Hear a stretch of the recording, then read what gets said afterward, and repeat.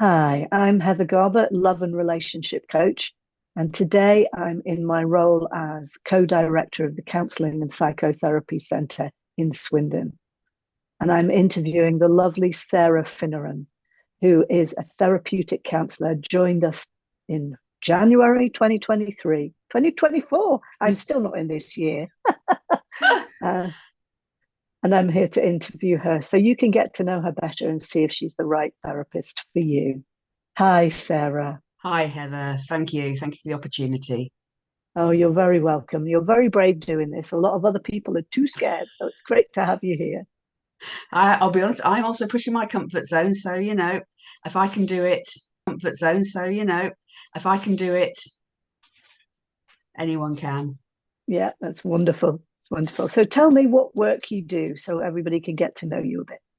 So, I am a therapeutic counsellor and I work in what we call a person centered way. So, it's very much a talking and listening therapy. It's very directed by the client. I tend to stand back a little bit and let the client lead each session how they want to lead it. Um, and I just act almost a little bit like Jiminy Cricket and just sort of act as their conscience and maybe go, have you noticed this? Have you thought about that?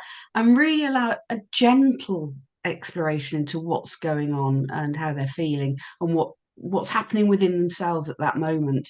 And that just allow that sort of flower to open up so we can get inside and see what maybe is going on much deeper.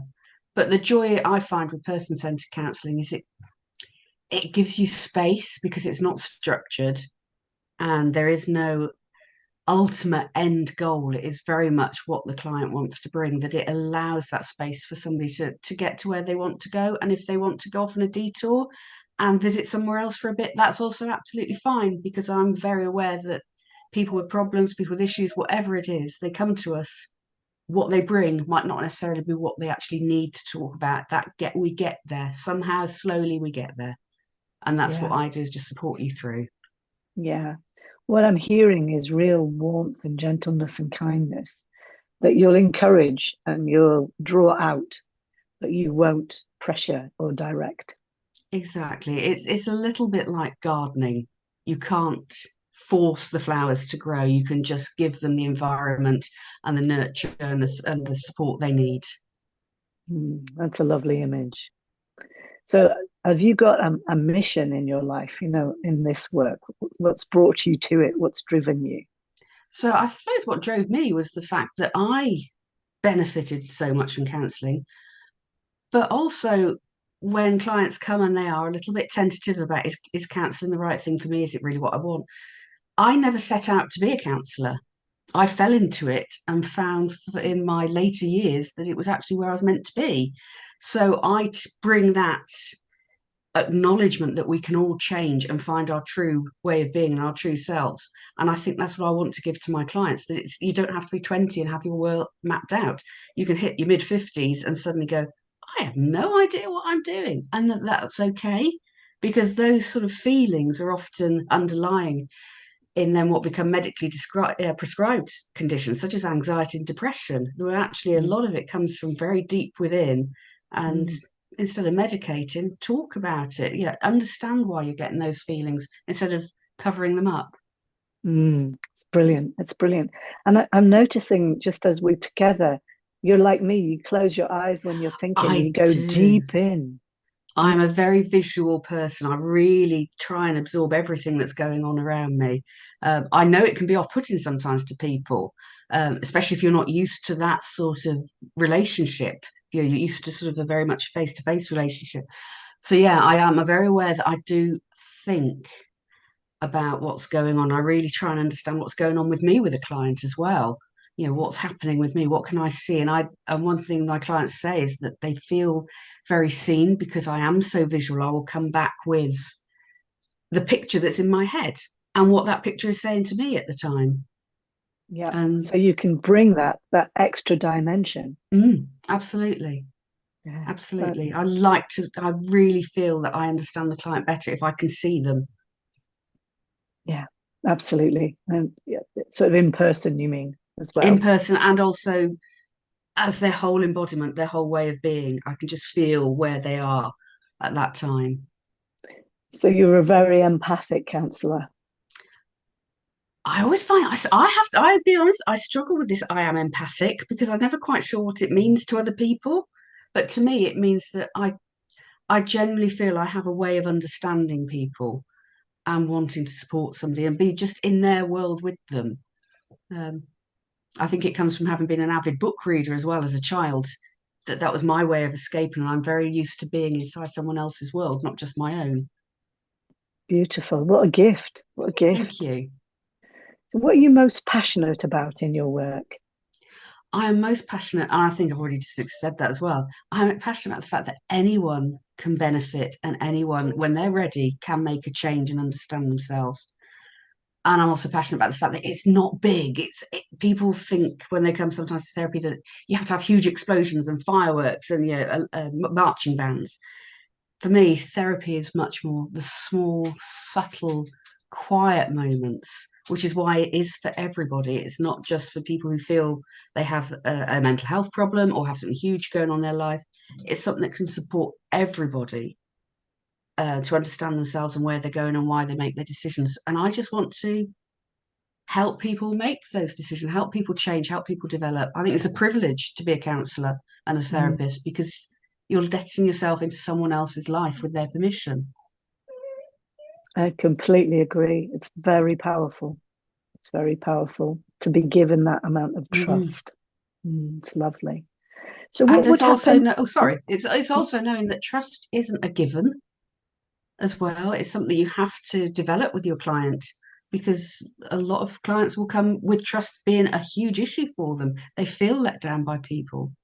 mm, yeah, particularly if it emanates from childhood. They're let down at Absolutely. their core.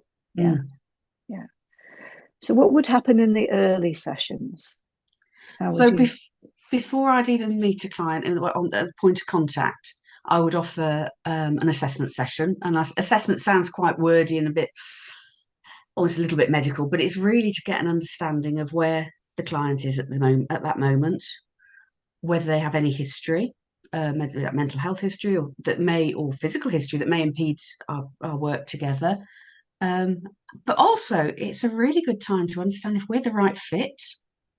A lot of people try therapy and they say it doesn't work for me. I didn't get on with the therapist. We don't all fit together. It's real. This is real life in some ways. We have to find people we can work with, and that's both ways. Um, and of course, if a client came to me and they brought something that they wanted support with that I may not feel I had enough experience or proficiency in, then I would at least know where I could signpost them to or refer onwards and stay with them while they're going through that process as well. So they feel supported and not just left out.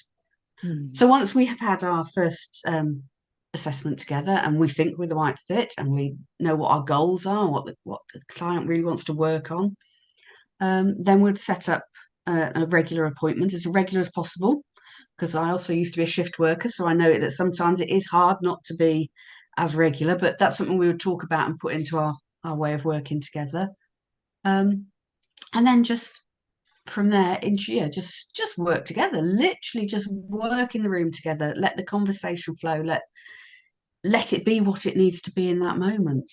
Like I say, I don't work with a prescription. I don't work with homework or an outcome. It's very much what do you need from this session, um, and let the client lead the way. And I'm just there with them. beautiful, because people generally, even though they don't know they know where they need to go instinctively. And that instinct is sometimes is, and it can be scary Mm, because facing yourself in the mirror is a really hard thing to do because we all put our makeup, well, some of us put our makeup on in the mornings, and that's the mask we then present the world with.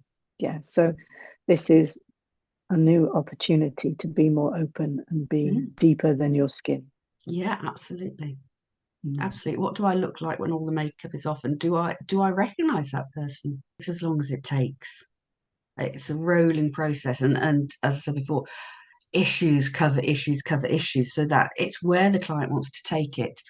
Um, a client can step off at any time they want to. It's not tied at all. It is very much open ended. But I do. suggest, and I feel it works if we review every 6 to 8 weeks just how we're going. Where are we still working together? Is it still working? Do you feel safe coming to see me? And just get an idea of where the relationship is, because I think it would be all too easy just to sit there every week and just think, yes, the client's turning up. But is the client, are you, the client, getting anything out of these sessions? Is it still working for you?